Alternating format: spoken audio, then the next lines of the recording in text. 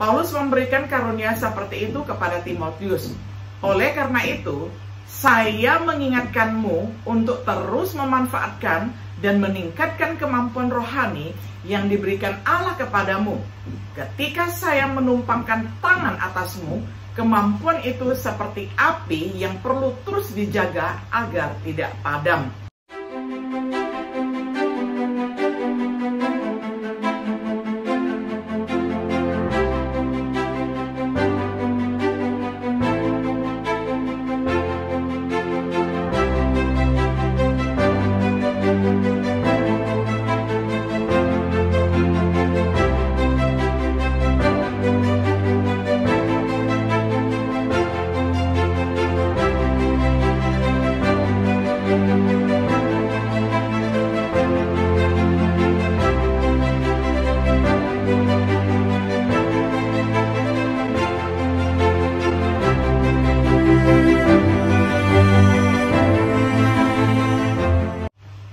Shalom, sahabat Biblika yang dikasihi oleh Tuhan.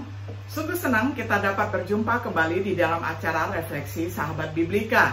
Pada hari ini kita tiba pada episode yang ke-23 di dalam serial pembahasan Kitab Kisah Para Rasul dengan tema Tindak Lanjut Orang Samaria. Kita akan membaca firman Tuhan dari Kisah Para Rasul pasal 8 ayat 14 hingga ayatnya yang ke-25. Saya akan bacakan untuk saudara semuanya di dalam terjemahan sederhana Indonesia. Ketika rasul-rasul di Yerusalem mendengar bahwa orang-orang Samaria sudah menerima firman Allah yang disampaikan oleh Filipus, mereka mengutus Petrus dan Yohanes ke sana. Sesudah mereka tiba, keduanya berdoa supaya orang Samaria yang percaya menerima Roh Kudus. Karena mereka memang sudah dibaptis dalam nama Kristus Yesus, tetapi Roh Kudus belum turun ke atas mereka. Sewaktu Petrus dan Yohanes menumpangkan tangan ke atas mereka, barulah mereka menerima Roh Kudus. Ketika Simon melihat bahwa Roh Kudus diberikan kepada orang-orang itu melalui para rasul yang meletakkan tangan atas mereka, dia menawarkan uang kepada rasul-rasul itu dengan berkata, "Berikanlah kuasa itu kepada saya juga, supaya ketika saya meletakkan kedua tangan saya kepada seseorang, orang itu akan menerima Roh Kudus."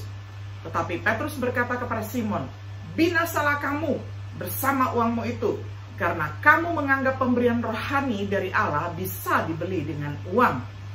Kamu tidak berhak mengambil bagian dalam hal ini, karena hatimu tidak benar di hadapan Allah. Oleh sebab itu, bertobatlah, berdoalah supaya Allah mengampuni niat hatimu yang jahat itu, karena saya melihat bahwa kamu terjerat dalam dosa dan hatimu penuh dengan iri hati."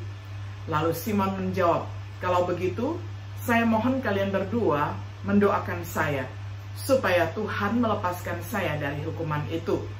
Sesudah Petrus dan Yohanes memberi kesaksian tentang Yesus dan memberitakan firman Tuhan, mereka kembali ke Yerusalem.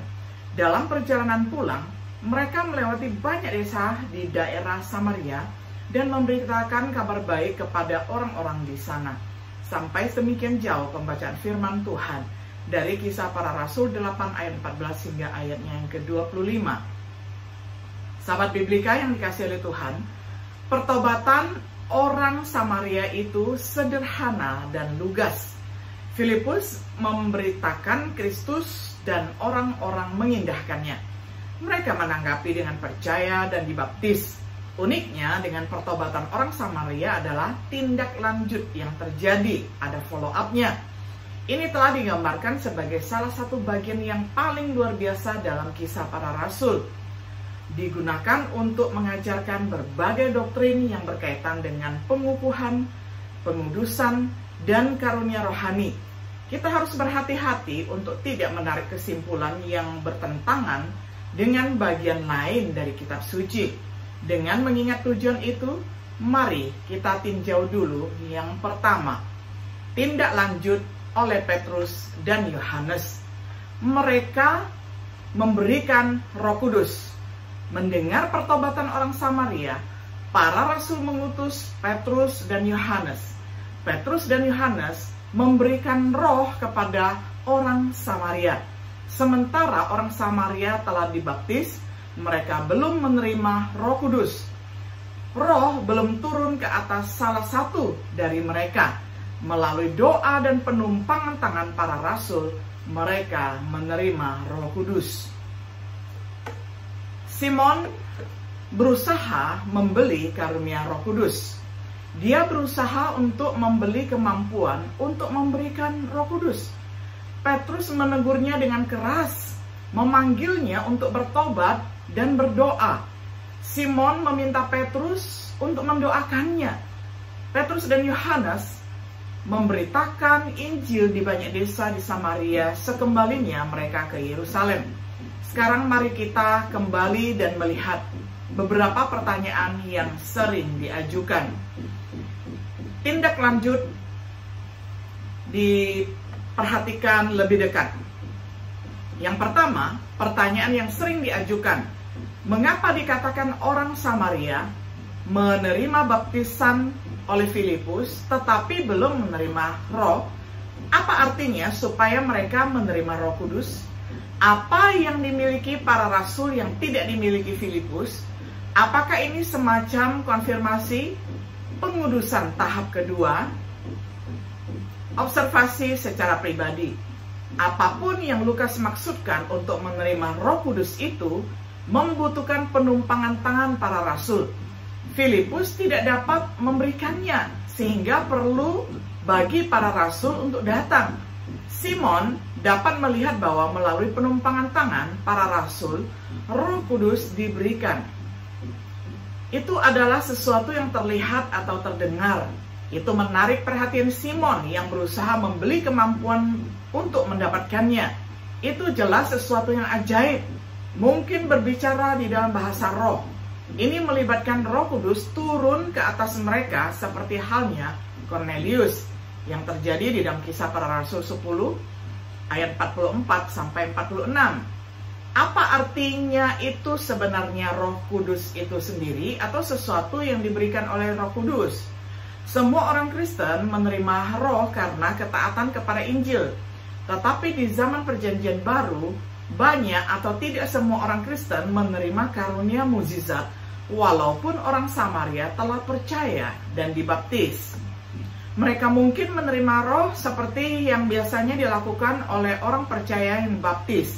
Mereka tampaknya belum menerima roh sehubungan dengan karunia-karunia mukjizat. Penjelasan yang benar. Ungkapan menerima Roh Kudus adalah sebuah metonimi. Artinya menerima karunia rohani. Metonimi adalah sebuah kiasan di mana satu kata atau frase diganti dengan yang lain yang terkait erat. Misalnya, pena lebih kuat daripada pedang. Artinya, pena berarti kata tertulis. Pedang berarti agresi dan kekuatan militer. Apa yang orang Samaria tidak terima adalah karunia roh yang ajaib yang sering diberikan oleh Roh Kudus di gereja mula-mula. Para rasul Kristus memiliki kemampuan untuk memberikan karunia rohani. Paulus memberikan Roh Kudus dengan cara ini. Paulus berharap untuk memberikan karunia seperti itu kepada orang di Roma. Dapat dibaca di dalam Roma 1 ayat 11. Paulus memberikan karunia seperti itu kepada Timotius.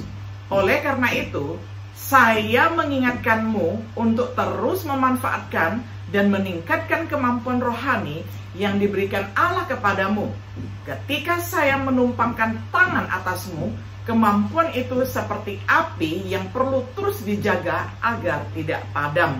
2 Timotius 1 ayat 6. Kemampuan untuk memberikan karunia rohani terbatas hanya oleh para rasul. Itu sebabnya Filipus dapat melakukan mukjizat tetapi tidak mewariskan kemampuannya kepada orang lain. Para rasul telah menumpangkan tangan padanya sebelumnya. Filipus seperti Stefanus kemudian dapat melakukan mukjizat.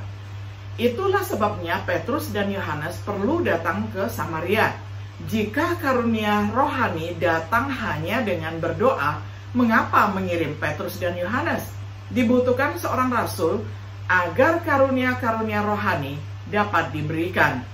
Kemampuan untuk memberikan karunia rohani Itulah yang ingin dibeli oleh Simon, mantan sang penyihir.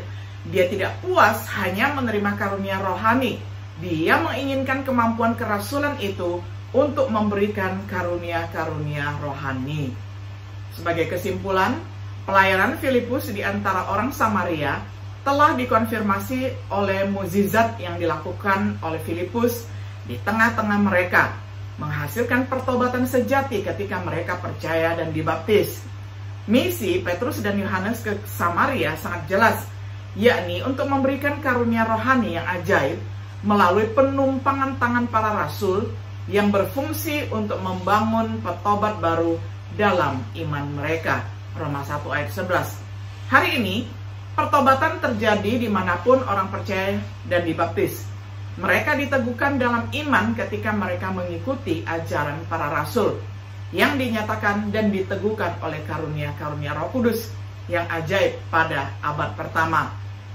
Sahabat Biblika yang dikasihi oleh Tuhan, kiranya setiap diri kita yang sudah menerima karunia Roh Kudus dalam kehidupan kita, kita boleh mengobarkannya seperti nasihat Paulus kepada Timotius, sehingga setiap diri kita juga seperti orang-orang di Samaria yang mendapatkan follow up, mendapatkan tindak lanjut dari para rasul, sehingga mereka dapat melayani dengan lebih efektif.